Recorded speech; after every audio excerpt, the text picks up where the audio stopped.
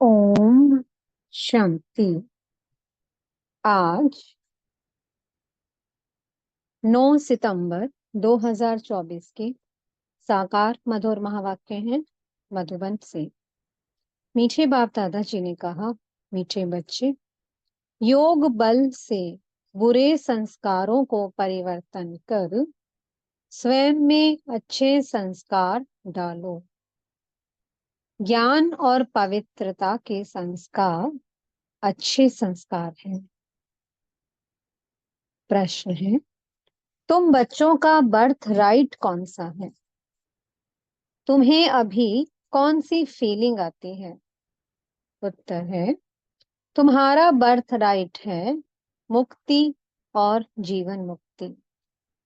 तुम्हें अब फीलिंग आती है कि हमें बाप के साथ वापस घर जाना है।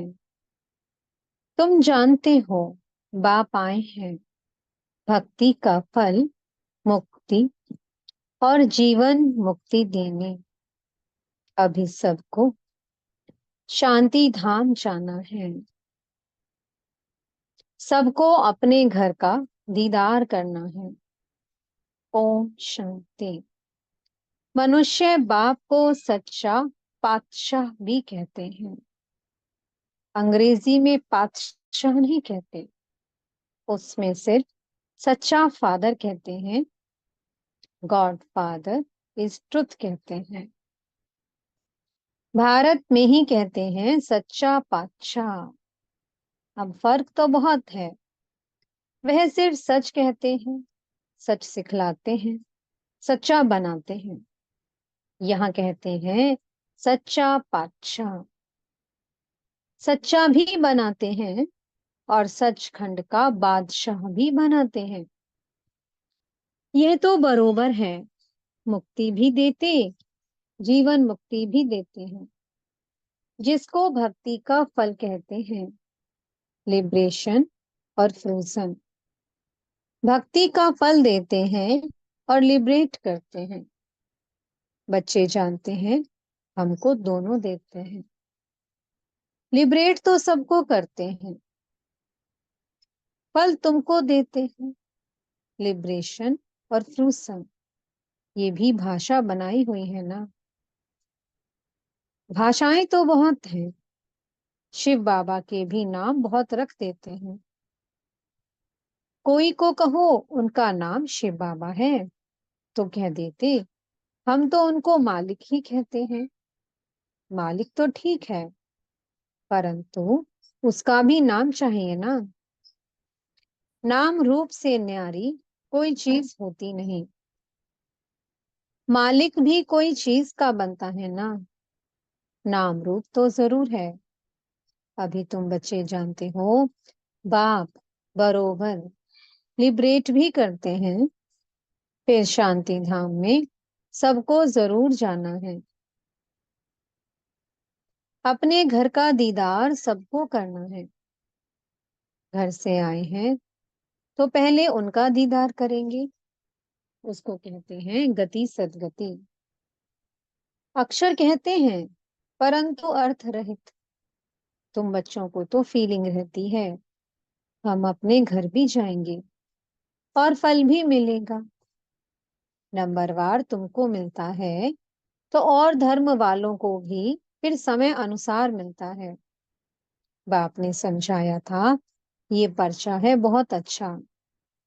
तुम स्वर्गवासी हो या नरकवासी हो, तुम बच्चे ही जानते हो।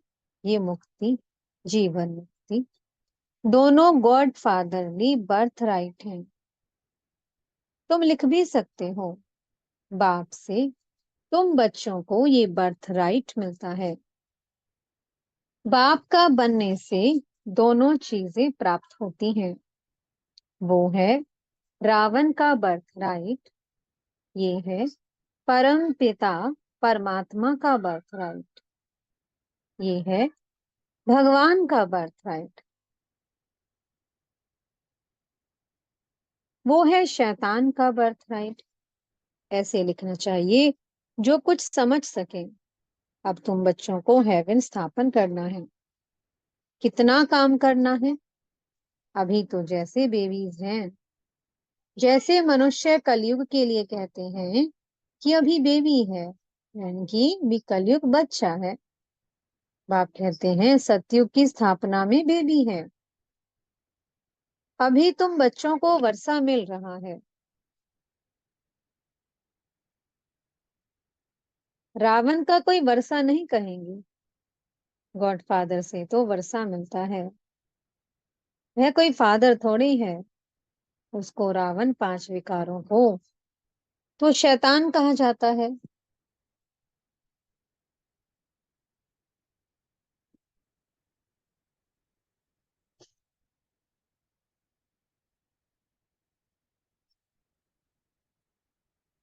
शैतान का वर्षा क्या मिलता है?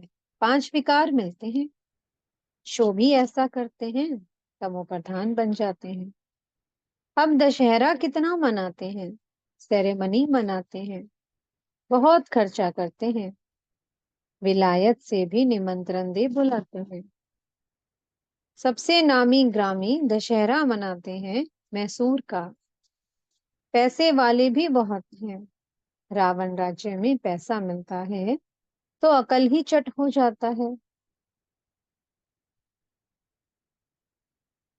बाप डिटेल में समझाते हैं, इनका नाम ही है रावण राज्य।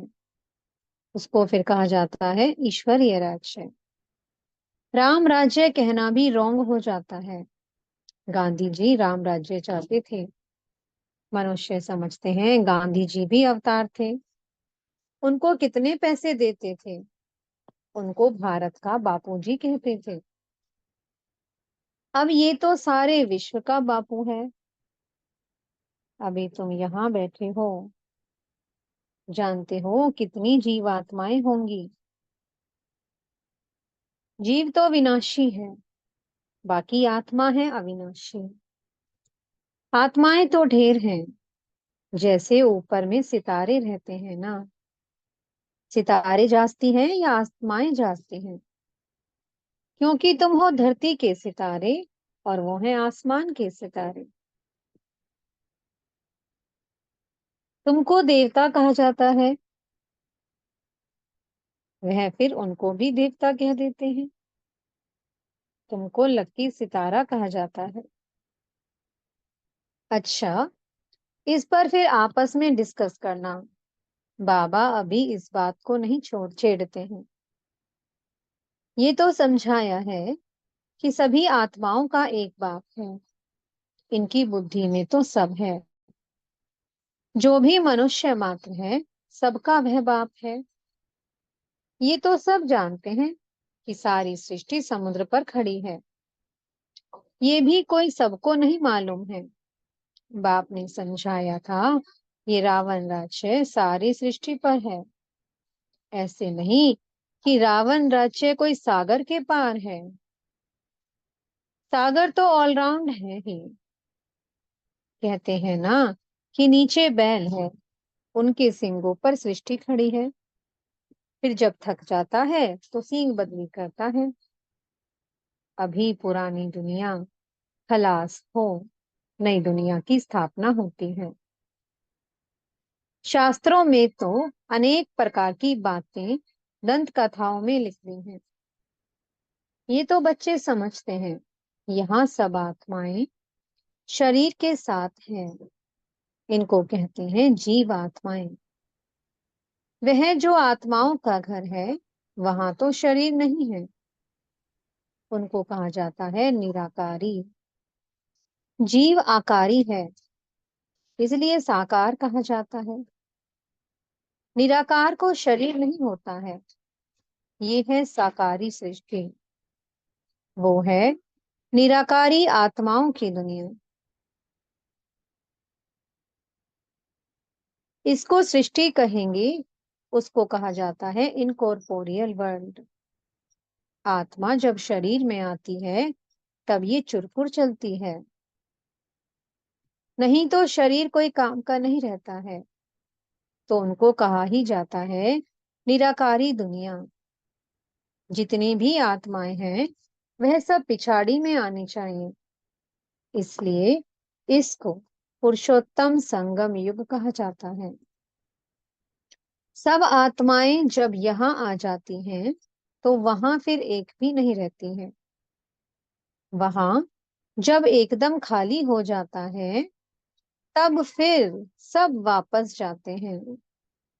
तुम ये संस्कार ले जाते हो नंबरवार पुरुषार्थ अनुसार।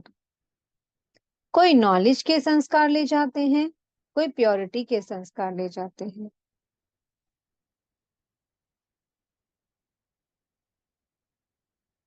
आना तो फिर भी यहाँ ही है, परंतु पहले तो घर में जाना है।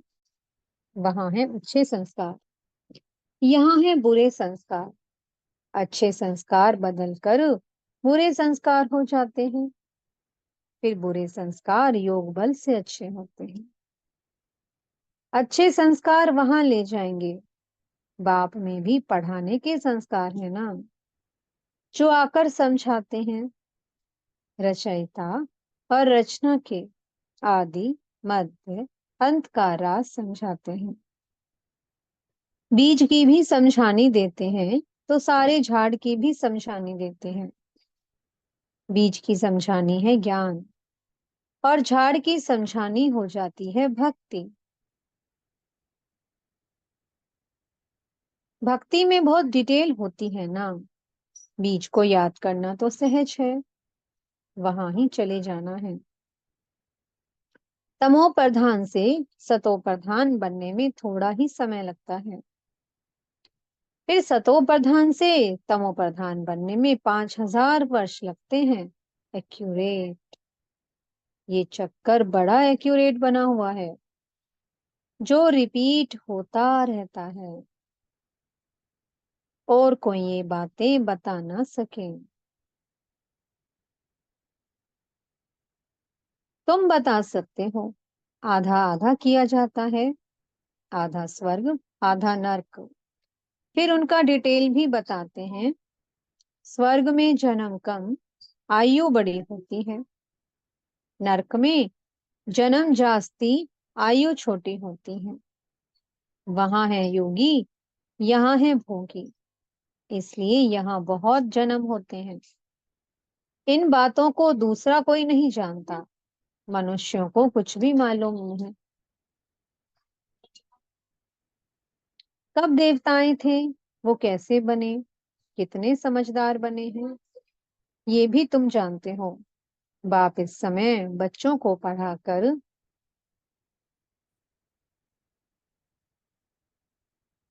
21 जन्मों के लिए वर्षा देते हैं। फिर ये तुम्हारे संस्कार रहते नहीं। जैसे राजाई के संस्कार होते हैं, तो ज्ञान की पढ़ाई के संस्कार पूरे हो जाते हैं। ये संस्कार पूरे हुए तो नंबरवार पुरुषार्थ अनुसार रुद्रमाला में पिरो जाएंगे। फिर नंबरवार आएंगे पाठ बजाने। जिसने पूरे 84 जन्म लिए हैं, वह पहले आते हैं। उनका नाम भी बतलाते हैं। श्री कृष्ण तो है फर्स्ट प्रिंस ऑफ हेवन। तुम जानते हो सिर्फ एक थोड़ी होगा, सारी राजधानी होगी ना। राजा के साथ तो फिर प्रजा भी चाहिए। हो सकता है एक से दूसरे पैदा होते जाएं। अगर कहीं 8 इकट्ठे आते हैं, परंतु श्री कृष्ण तो नंबर 1 में आएगा ना। 8 इकट्ठे आते हैं तो फिर श्री कृष्ण का इतना गायन क्यों। ये सब बातें आगे चलकर समझाएंगे। कहते हैं ना, आज तुमको बहुत घुइया ते घुइया बातें सुनाता हूँ। कुछ तो रहा हुआ है ना। ये बहुत अच्छी युक्ति है। जिस बात में देखो नहीं समझते हैं तो बोलो, हमारी बड़ी बहन उत्तर दे सकती है। या तो कहना चाहिए, अभी बाप ने बताया नहीं है। दिन प्रतिदिन घुइया ते घुइया सुनाते हैं। इस कहने में लज्जा की बात नहीं है। घुइया ते घुइया पॉइंट्स जब सुनाते हैं, तो तुमको सुनकर बहुत खुशी होती है। पिछाड़ी में फिर कह देते हैं मन मना भव, मध्याजी भव। अक्षर भी शास्त्र बनाने वालों ने लिखा है, मूंझने की तो जरूरत नहीं है। बच्चा बाप का बना और बेहद का सुख मिला। इसमें मनसा वाचा कर्मणा पवित्रता की जरूरत है। लक्ष्मी नारायण को बाप का वर्षा मिला है ना, ये पहले नंबर में है, जिनकी ही पूजा होती है। अपने को भी देखो, हमारे में ऐसे गुण हैं? अभी तो बेगुन है ना। अपने अवगुणों का भी किसको पता नहीं है। अभी तुम बाप के बने हो तो जरूर चेंज होना पड़े। बाप ने बुद्धि का ताला खोला है। ब्रह्मा और विष्णु का भी राज समझाया है। ये है पतित, वो है पावन। एडॉप्शन इस पुरुषोत्तम संगम युग पर ही होती है। प्रजापिता ब्रह्मा जब है तब ही एडॉप्शन होती है। सतयुग में तो होती नहीं। यहाँ भी किसको बच्चा नहीं होता है तो फिर अडॉप्ट करते हैं। प्रजापिता को भी जरूर ब्राह्मण बच्चे चाहिए। ये है मुख वंशावली, वो होते हैं कुख वंशावली। ब्रह्मा तो नामी ग्रामी है, इनका सरनेम ही बेहद का है। ये समझते हैं प्रजापिता ब्रह्मा आदि देव है। इसको अंग्रेजी में कहेंगे ग्रेट ग्रेट ग्रैंडफादर। ये है बेहद का सरनेम। वह सब होते हैं हद के सरनेम। इसलिए बाप समझाते हैं ये जरूर सबको मालूम होना चाहिए कि भारत बड़े ते बड़ा तीर्थ है, जहां बेहद का बाप आते हैं। ऐसे नहीं सारे भारत में विराजमान हुआ। शास्त्रों में मगध देश लिखा है, परंतु नॉलेज कहाँ सिखाई, आबू में कैसे आए। दिलवाड़ा मंदिर भी पूरा, यहाँ पूरा यादगार है। जिन्होंने भी बनाया उन्हों की बुद्धि में आया और बैठकर बनवाया।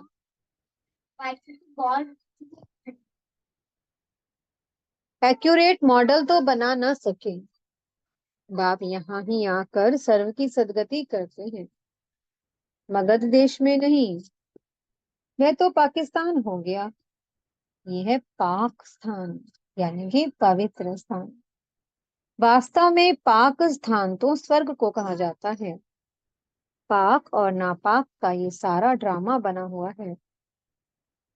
तो मीठे मीठे सिकी लधे बच्चे, तुम ये समझते हो आत्माएं परमात्मा अलग रहे बहुकाल। कितने काल के बाद मिले हैं, फिर कब मिलेंगे। सुंदर मेला कर दिया जब सतगुरु मिला दलाल के रूप में। गुरु तो बहुत है ना, इसलिए सतगुरु कहा जाता है। स्त्री को जब हथियाला बांधते हैं तो भी कहते हैं ये पति तुम्हारा गुरु ईश्वर है। पति तो पहले पहले नापाक बनाते हैं। आजकल तो दुनिया में बहुत गंद लगा पड़ा है। अब तुम बच्चों को तो गुलगुल बनना है। तुम बच्चों को पक्का पक्का हथियाला बाप बांधते हैं। यूं तो शिव जयंती के साथ ही रक्षाबंधन हो जाता है। गीता जयंती भी हो जानी चाहिए।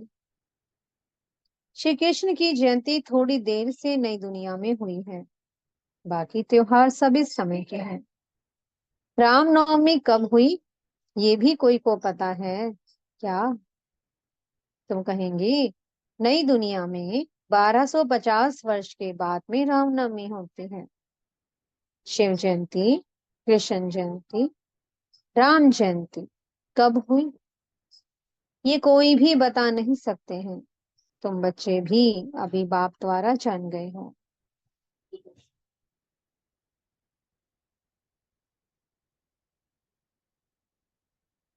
एक्यूरेट बता सकते हो, गोया सारे दुनिया की जीवन कहानी तुम बता सकते हो।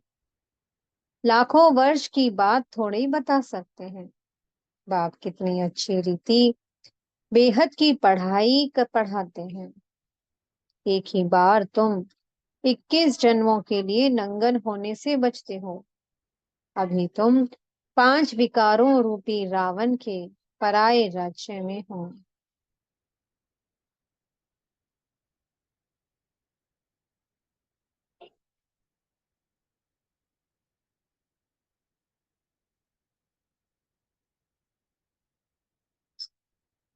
अभी सारे 84 का चक्कर तुम्हारी स्मृति में आया है। अच्छा, मीठे मीठे सी कीलते बच्चों प्रति माता पिता बाप दादा का याद प्यार और गुड मॉर्निंग।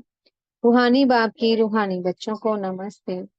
हम रूहानी बच्चों की मीठे रूहानी बाप दादा जी को बहुत बहुत याद प्यार गुड मॉर्निंग और नमस्ते। धारणा के लिए मुख्य सार है। पहला पॉइंट, बेहद सुख का वर्षा प्राप्त करने के लिए मनसा वाचा कर्मणा पवित्र जरूर बनना है। अच्छे संस्कार योग बल से धारण करने हैं। अपने को गुणवान बनाना है। दूसरा पॉइंट है, सदा खुशी में रहने के लिए बाप जो रोज गुइया गुइया बातें सुनाते हैं उन्हें सुनना और दूसरों को सुनाना है। किसी भी बात में मूंझना नहीं है। युक्ति से उत्तर देना है। लज्जा नहीं करनी है। मीठे सतगुरु जी वरदान दे रहे हैं, सुख स्वरूप बन हर आत्मा को सुख देने वाले मास्टर सुखदाता भव। जो बच्चे सदा यथार्थ कर्म करते हैं उन्हें उस कर्म का प्रत्यक्ष फल खुशी और शक्ति मिलती है। उनका दिल सदा खुश रहता है। उन्हें संकल्प मात्र भी दुख की लहर नहीं आ सकती है। संगम युगी ब्राह्मण अर्थात दुख का नाम निशान नहीं, क्योंकि सुखदाता के बच्चे हैं। ऐसे सुखदाता के बच्चे स्वयं भी मास्टर सुखदाता होंगे। वे हर आत्मा को सदा सुख देंगे। वे कभी ना दुख देंगे ना दुख लेंगे। स्लोगन है, मास्टर दाता बन सहयोग स्नेह और सहानुभूति देना, यही रहमदिल आत्मा की निशानी है। ओम शांति। बहुत बहुत शुक्रिया प्यारे प्यारे हमारे मीठे मीठे बाप दादा जी का। ओम शांति।